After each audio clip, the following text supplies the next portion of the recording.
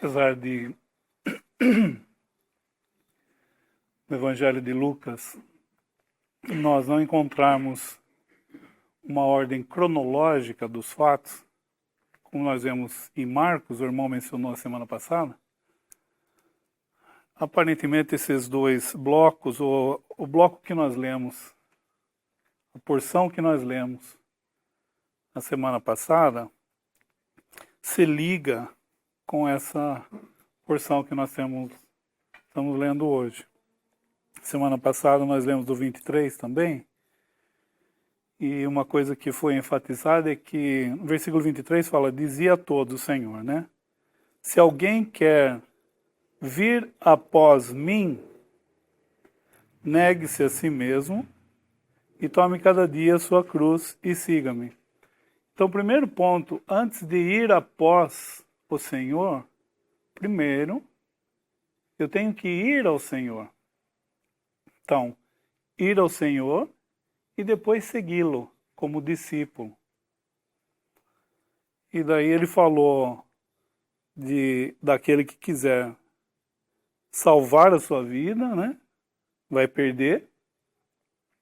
Salvar a sua vida no sentido de viver para si mesmo. E ele mencionou três coisas que impedem esse discipulado, esse seguir o Senhor Jesus. Basicamente foram falados aqui. Primeiro, um que quiser guardar a sua vida, essa é uma coisa que vai dificultar ou impedir o discipulado mesmo. Eu vou viver para mim mesmo, então você, eu antes. Primeiro eu. O selfie, né? O selfie da foto. Primeiro tem que aparecer eu, e depois todo mundo que está lá atrás. Eu vou viver minha vida, primeiro eu e depois os outros. O segundo, que é no versículo 25, fala da cobiça, né? Esse desejo de angariar riquezas materiais. Então eu vou priorizar a minha vida para que o foco seja justamente esse, de melhorar a minha vida financeira, conseguir melhores coisas. Não estou dizendo absolutamente que nós não devemos ter nossas responsabilidades e buscarmos, né, estudar. Isso nós temos, principalmente no mundo que nós vivemos hoje, um período diferente. Mas o princípio em si é o mesmo. Se eu tiver como um foco o meu trabalho, é ali que eu vou. Ele vai estar antes de tudo, antes do Senhor, antes de qualquer coisa. Eu posso até rotular como um trabalho vindo do Senhor. Mas, na verdade, o Senhor vai estar num segundo, terceiro, quarto, quinto, não sei, plano. E a terceira coisa seria envergonhar-se do Senhor, né? No versículo 26 fala, porque qualquer que de mim, das minhas palavras, se envergonhar, dele se envergonhará o Filho do Homem. Filho do Homem é a característica, o caráter que o Senhor Jesus se apresenta no Evangelho de Lucas e também o caráter que ele virá para julgar nesse mundo. Julgar esse mundo. Então ele está... o temor da rejeição em si, pelo mundo, por esse sistema onde nós vivemos, seja na escola, seja no trabalho, até no relacionamento familiar.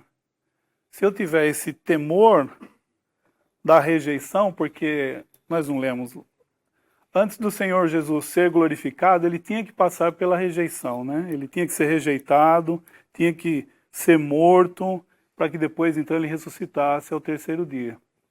Ele falou isso no versículo 22 de Lucas 9, o Senhor Jesus falando. Então, hoje nós nos identificamos com esse homem rejeitado. Então, essas três coisas, elas impedem de nós, esse discipulado. Nós seguimos o Senhor Jesus no versículo, então, 24, 25 e 26, né? Agora, no 27, ele tinha mencionado, o Senhor, em verdade vos digo que dos que aqui estão, alguns há que não provarão a morte até que vejam o reino de Deus. 3 pessoas aqui sobem com ele, vão subir com ele. E que uma epístola que Paulo escreve, ele fala assim: conhecendo Tiago, Cefas e João, que eram considerados como as colunas, a graça que se me havia dado, era coluna do quê? Do reino? Não, coluna da igreja. Então esses três, que mais tarde serão coluna da igreja, eles vão ver a glória do reino.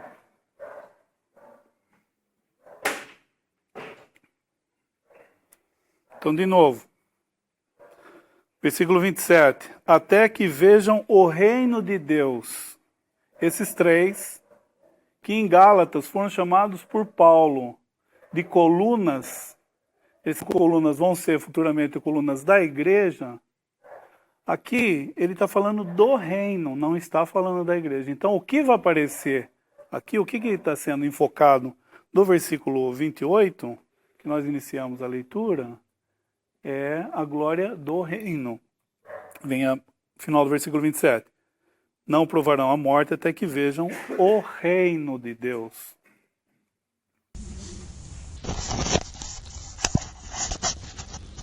Acho que pode ajudar também, 2 Pedro, capítulo 1. 2 Pedro, capítulo 1.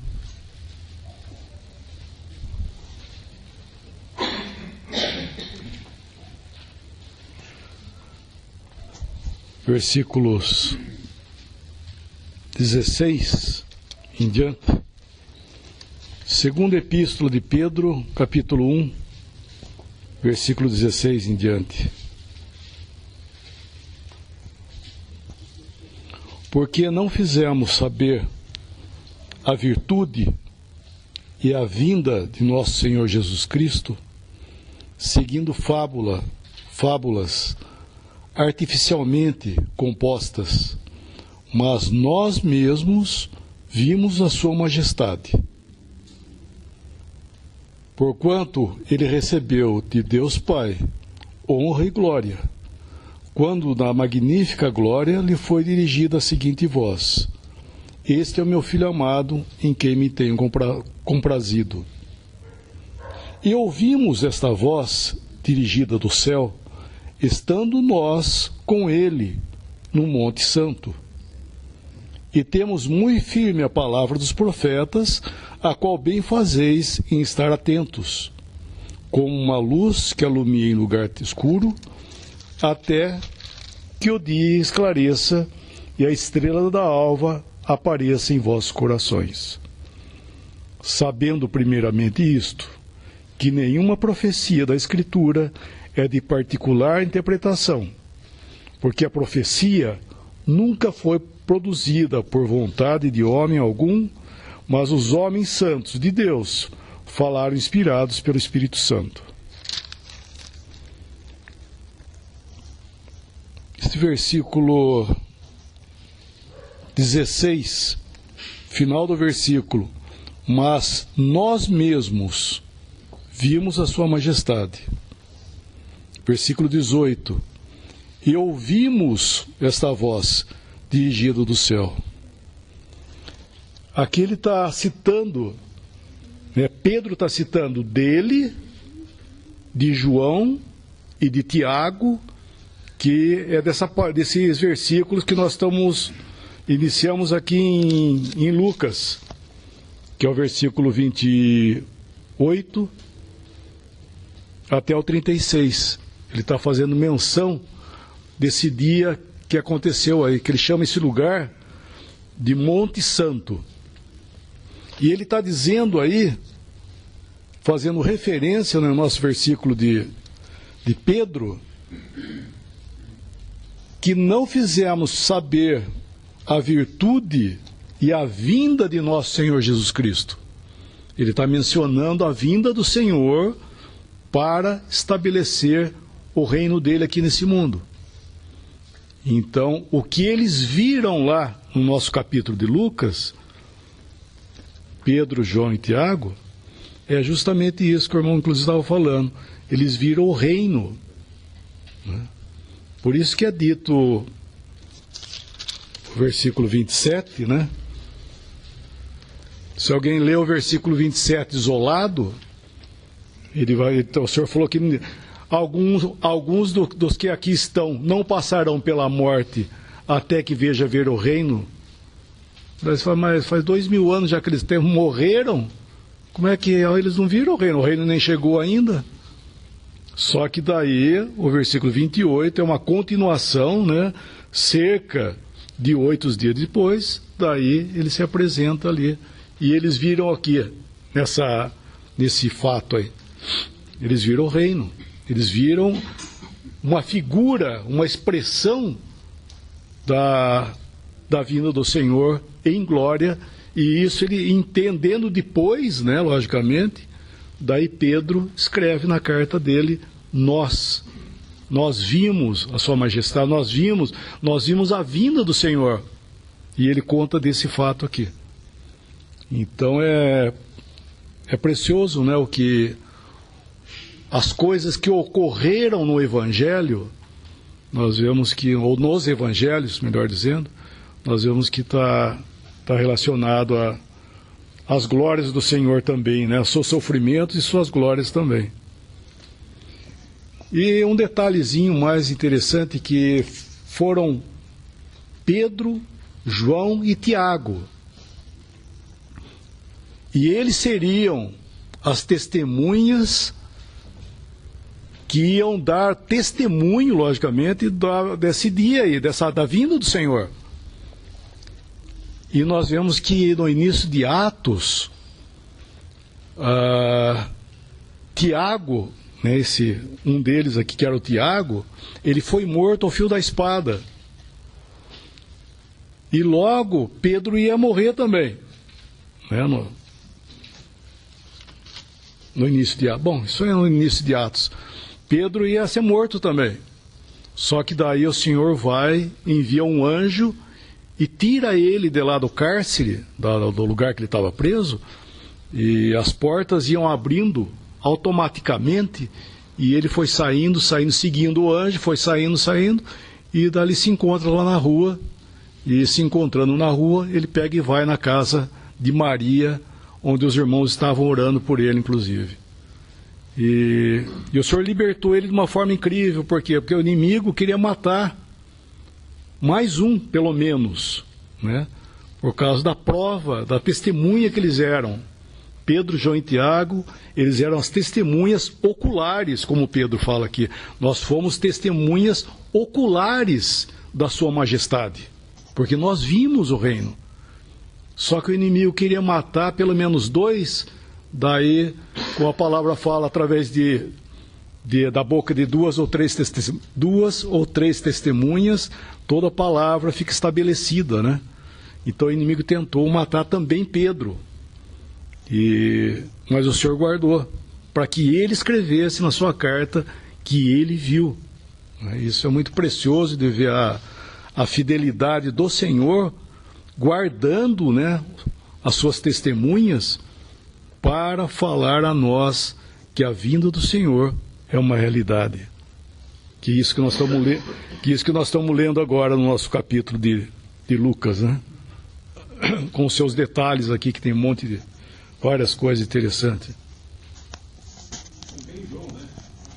Na primeira parte, ele também fala, não diretamente como Pedro falou do mundo, mas também João, né? Na primeira quarta João, ele também fala, não diretamente como Pedro falou do monte, mas o capítulo 1, versículo 1 de 1 João, que era desde o princípio, a versão do Darby acrescenta mais: o que ouvimos, o que vimos com os nossos olhos, temos contemplado e as nossas mãos tocaram da palavra da vida, que a vida foi manifestada e nós a vimos, testificamos dela e vos anunciamos a vida eterna que estava com o Pai e nos foi manifestada. Isso foi uma manifestação, Cristo manifestou-se para eles em sua glória e no seu reino. E eles puderam ver isso daí e não entenderam. O que nós vemos aqui depois, a reação deles não foi de quem estava entendendo o que estava acontecendo, porque Pedro tentou até colocar os três no mesmo nível. Vamos fazer aqui uma barraca para que fiquem todos juntos aqui. No momento que ele falou isso, Moisés e Elias desapareceram e ficou só o Senhor. E aí eles ouviram a voz. Aí nesse momento, eles entenderam, a coisa aqui é aquilo que ele estava falando. Ele ia manifestar eu já entendi essa glória do reino, e eles iam ser esse testemunho. E realmente, Tiago foi morto, Pedro também, não naquele momento, mas mais tarde ele também, de acordo com os historiadores, ele é crucificado. Pedro também é crucificado, mas ele escreveu antes, deixou escrito o seu testemunho, e João corrobora esse testemunho e foi o último a ficar vivo. Pelo que se vê, João em Apocalipse já estava em idade, na ilha de Patmos, como prisioneiro lá, mas ele se manteve vivo por muito tempo. E ele era o mais jovem, eu creio, de todos os discípulos era João. E ele viveu mais tempo e continuou dando testemunho. E esse testemunho era necessário, e o Senhor se manifestou a esses três para fortalecê-los, porque eles iam ser os pilares da igreja. Como o irmão falou, não que aqui ele estava revelando a igreja para eles, ele estava revelando a sua glória, a sua majestade, né? Como ele fala, manifestando a sua majestade a eles. E a voz que veio dos céus, falando, esse é meu filho amado. Aí não tinha nada a inventar, né? Criar uma religião. Não foi isso. Foi realmente Deus mesmo tomando conta, ou cuidando para que tudo isso fosse feito, e esse testemunho fosse depois escrito por Pedro, corroborado por João, e mesmo que Satanás tenha tentado eliminar esses testemunhos, né? Deus não permitiu. Enxergar.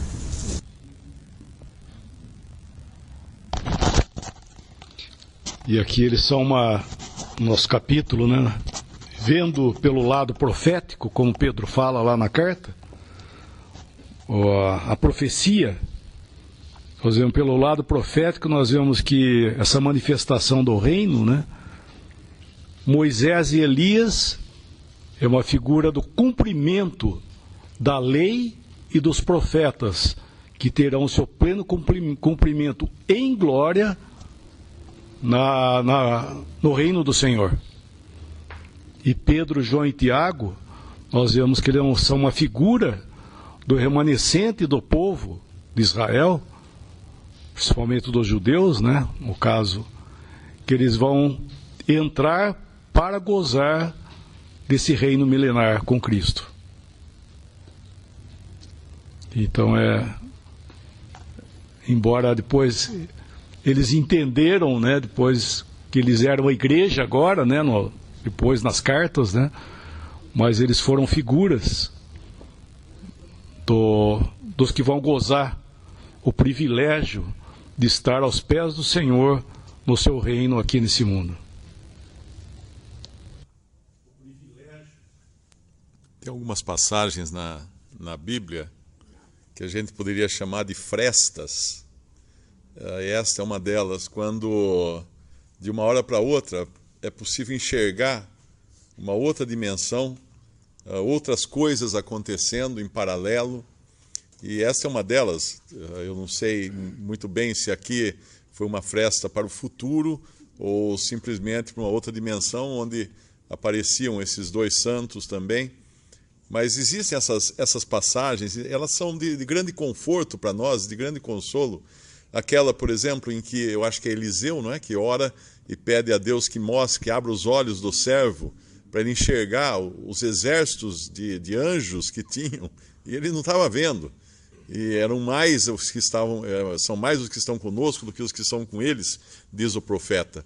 Aquela passagem de Daniel, quando Daniel não está passando bem por vários dias, ele tem se sentido mal, e depois vem o anjo e revela para ele que numa outra dimensão estava havendo uma batalha, estava havendo uma guerra, e aquilo também tinha efeito aqui na vida de Daniel, aqui na terra.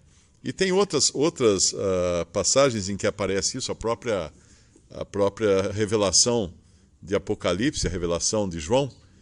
Ele viu coisas que foram apresentadas para ele, que não eram visíveis a outras pessoas.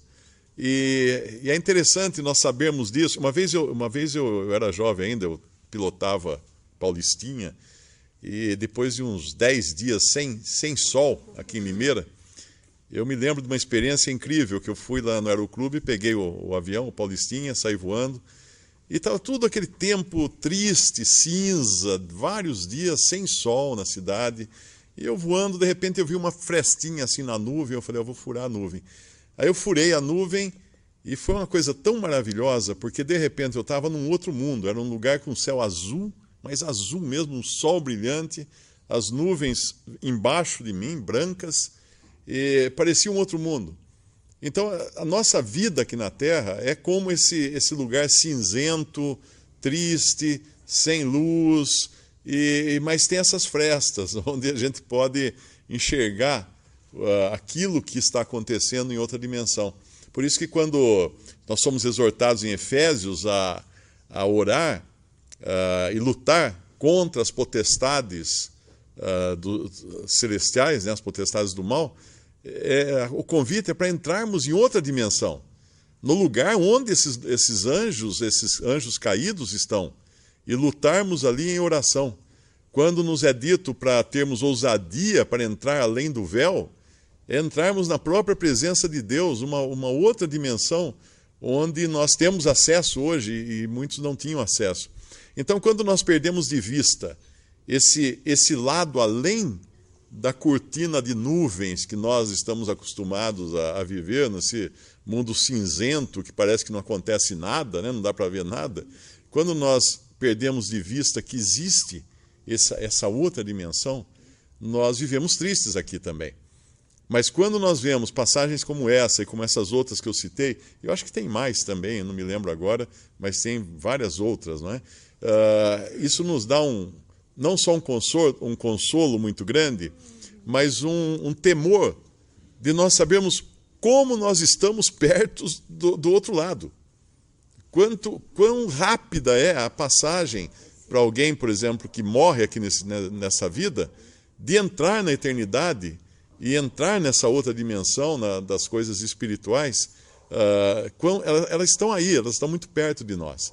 E é um encorajamento para nós vermos passagens como esta aqui e sabermos que de repente o céu se abre e Deus fala, o Pai fala, esse é meu filho. São, acho que, 3 vezes, né, que o céu se abre para o Senhor Jesus, para o Pai falar com ele do céu para a terra. É uma coisa assim insólita, uma coisa totalmente diferente. Os irmãos falam bastante do milênio. É sempre bom ter em mente que no mundo triste que a gente vive hoje, esse mundo não será sempre assim. O milênio não será mais assim. O que a gente está lendo, coisa que chamou aqui bastante atenção, que eu compartilhar com os irmãos, é o versículo 44, Lucas 9, 44. Ponde vós estas palavras em vossos ouvidos, porque o Filho do Homem não será entregue nas mãos dos homens. Mas eles não entendiam essa palavra, que lhes será entregue nas mãos dos homens. Mas eles não entendiam essa palavra, que lhes era encoberta, para que não a compreendessem, e temiam interrogá-lo acerca dessa palavra. O Bruce Hansen chama atenção em 3 coisas diárias: leitura da palavra, oração e obediência. E sobre a leitura da palavra, a gente ter familiaridade com ela. Aqui eles tiveram uma revelação do Senhor, mas eles não entendiam. Porque assim, às vezes as coisas que a gente aprende do Senhor, que Ele nos dá, às vezes ela não faz sentido naquele dia. E pegando aqui o exemplo de você, vamos abrir lá em Lucas 22. Lucas 22, versículo 61.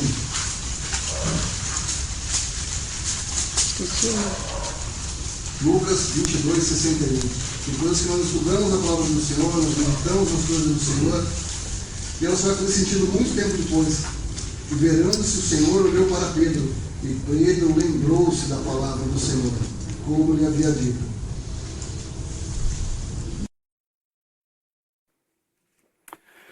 Pensando também furar essa nuvem aí com a Paulistinha do mar. Além de ver esse céu, nós estamos vendo a glória do Senhor. Então, quão glorioso é esse homem? Porque ele é um homem hoje. Então, nós vemos várias glórias, eu não sei quantas são, né? Mas algumas delas nós estamos vendo. E a glória desse Redentor ainda ele não possuía, porque havia os sofrimentos que ele teria que passar. Porque existiam glórias que seguiriam os sofrimentos pelos quais o Senhor tinha que passar. Isso Pedro, na primeira epístola, capítulo 1, ele menciona. Então, quando Pedro vê todas aquelas coisas, né, porque eles estavam dormindo, eles foram chamados lá, eles tinham a possibilidade, né, de ver a glória do Senhor, e num certo sentido eles viram depois, né, mas ouvir a sua voz, né, o Pai vai falar, pensar nos acontecimentos em Jerusalém, e eles dormiram. Então esse é uma coisa que pode acontecer, né, nós podemos dormir também. É claro que a graça, vamos pôr assim, a graça de Deus, estou fazendo uma aplicação, a graça de Deus nos mantém despertados, acordados. E só que quando eles despertam, né, nós vemos um motivo que eles tinham, versículo 31, os quais, Moisés e Elias, os quais apareceram em glória, na nossa está com glória, mas nós estamos aprendendo que seria em glória, e falavam da sua morte, ou partida do Arbipõe, a qual havia de cumprir-se em Jerusalém. Eles estavam dormindo, mas isso estava sendo dito. No 32 fala, e Pedro e os que estavam com ele estavam carregados de sono, e quando despertaram, viram a sua glória, e aqueles dois varões que estavam com ele. Aconteceu que quando eles se apartaram dele, disse Pedro a Jesus, Mestre, essa palavra aqui, lembra que foi mencionado lá quando a gente leu Lucas capítulo 5, versículo... Melhor ler. É a mesma palavra de Lucas 5:5. Só Lucas usa no Novo Testamento. E aqui também Pedro está usando a mesma palavra. Não é mestre de professor, de... Lucas 5:5 fala assim, respondendo Simão, disse-lhe, mestre, não é que era mestre de professor, a palavra aqui é uma palavra que fala assim que é aquele que é sobre todos, somente usado a respeito de Cristo e por Lucas. Então, Pedro vai ver, depois ali em Lucas 5, é um outro contexto, uma outra circunstância. Mas a palavra mestre ali é a mesma. Lucas 9, voltando, 33, ele vai falar mestre. Ele usa a palavra certa, mas ele faz um comportamento errado. O seu comportamento, ele fala assim, mestre, bom é que estejamos aqui e façamos 3 tendas, uma para ti, uma para Moisés e uma para Elias, não sabendo o que dizia. Aparentemente, vem o mesmo sentimento do Salmo 50, quando melhor ler também. Salmo capítulo 50.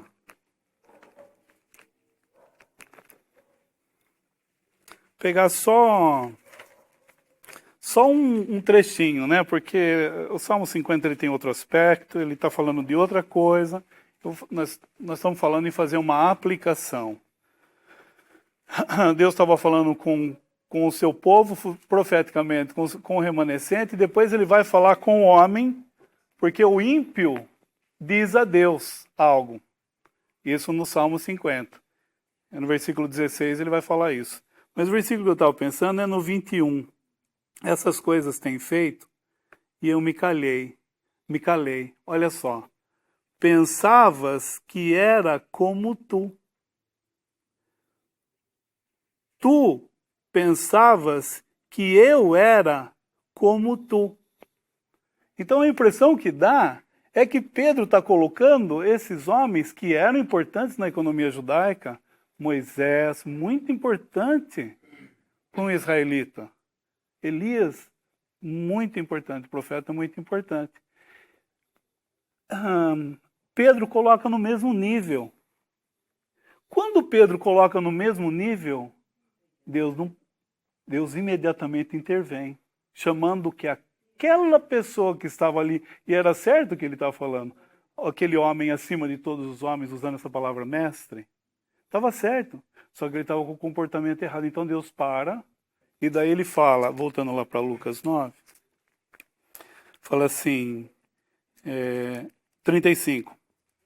E saiu da nuvem, 9:35 de Lucas, uma voz que dizia: este é o meu filho amado. Você não vai falar.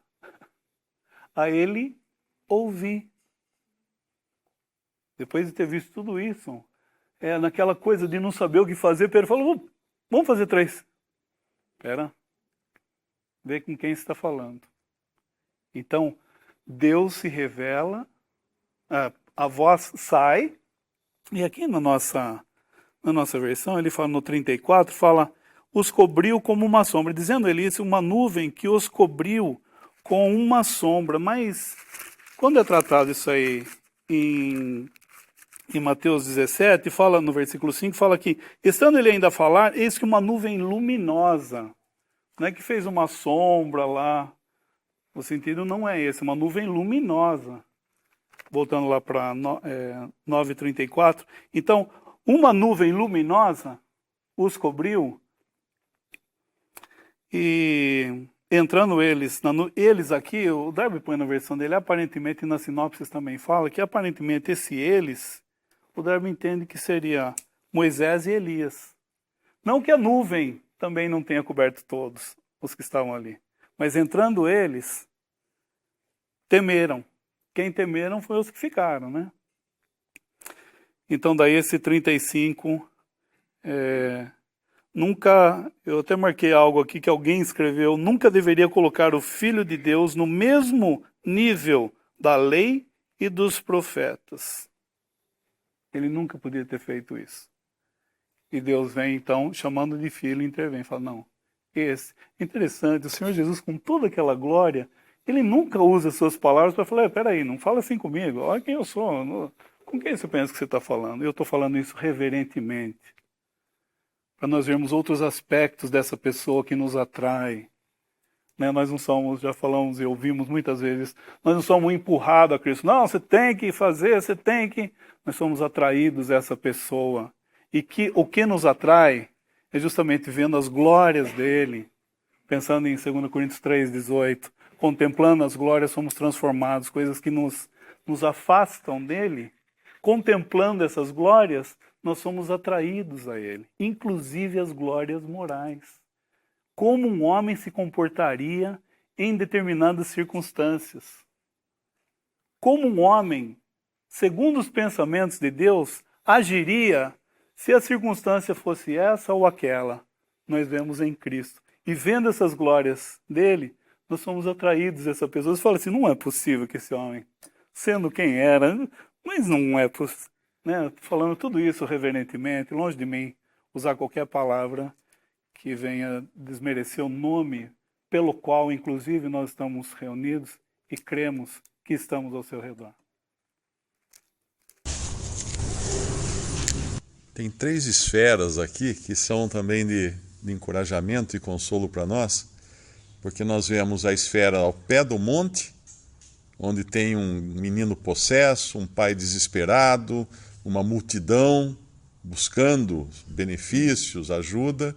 Depois nós temos outra esfera que é no monte, onde apenas 3 discípulos estão, os outros não estão.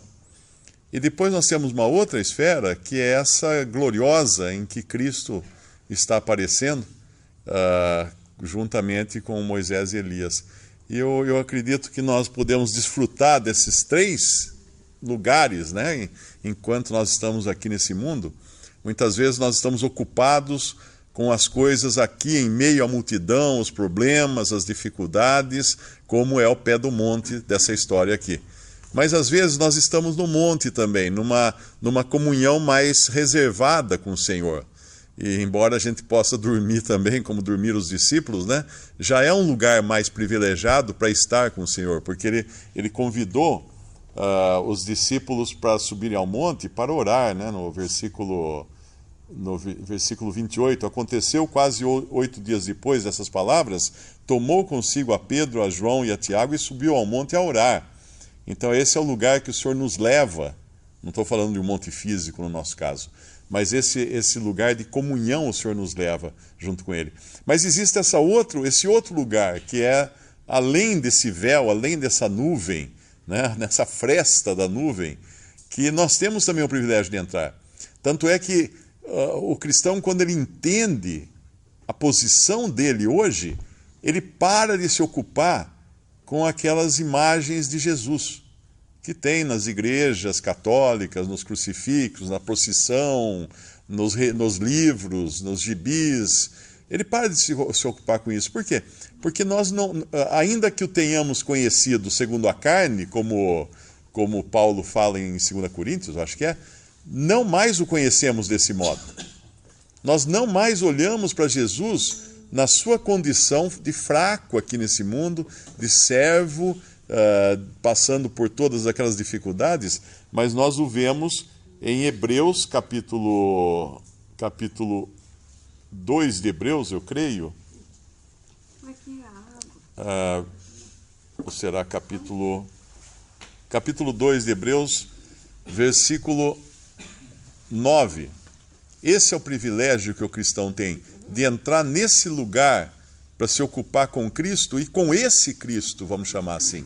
Não mais com aquele homem humilde, carpinteiro nesse mundo, sofrendo. Sabemos que ele foi assim, mas ele não está mais assim, não é mais assim. Ele é um homem na glória hoje. Nós podemos olhar para cima, não olhar na horizontal para procurarmos por Cristo. Aqui fala, vemos, porém, coroado de glória e de honra, aquele Jesus que fora feito um pouco menor do que os anjos. Uma outra tradução diz, fora feito por um pouco de tempo menor que os anjos, por causa da paixão da morte, para que pela graça de Deus provasse a morte por todos. Mas nós olhamos para ele agora, coroado de glória e de honra. É esse o Cristo com o qual nós nos ocupamos.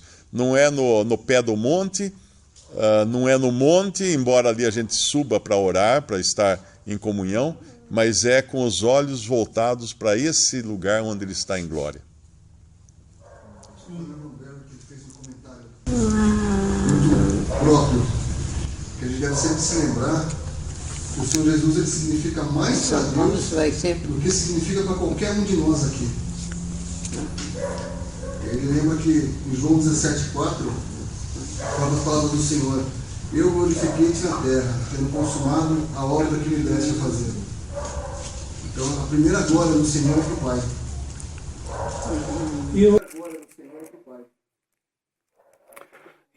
Seguindo esses versículos que o Mário mencionou, lá em Hebreus 2 mesmo, eu até achei que o Mário fosse ler.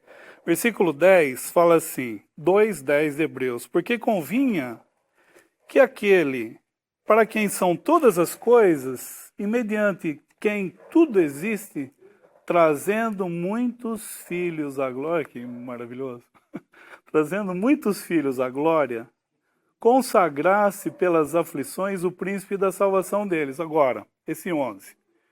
Em relação ao erro que Pedro cometeu, num certo sentido ali, um erro que talvez nós vemos em alguns lugares, no meio da cristandade, e nós devemos ser cautelosos em relação a isso. Versículo 11 fala assim, porque assim o que santifica, como os que são santificados, são todos de um, por cuja causa não se envergonha de lhes chamar irmãos. Então, ele não se envergonha, olha que coisa, de nos chamar irmãos. Isso não quer dizer que nós vamos nos dirigir a ele e falando, como nós temos visto no meio da cristandade muitas vezes, de uma maneira irreverente, falando com ele como se fosse eu não vou nem repetir para a gente não se contaminar com isso, mas ele não se envergonha de nos chamar irmãos. Então ele pode, e nós temos que ser cautelosos como nós nos dirigimos a ele. Só queria ressaltar também isso.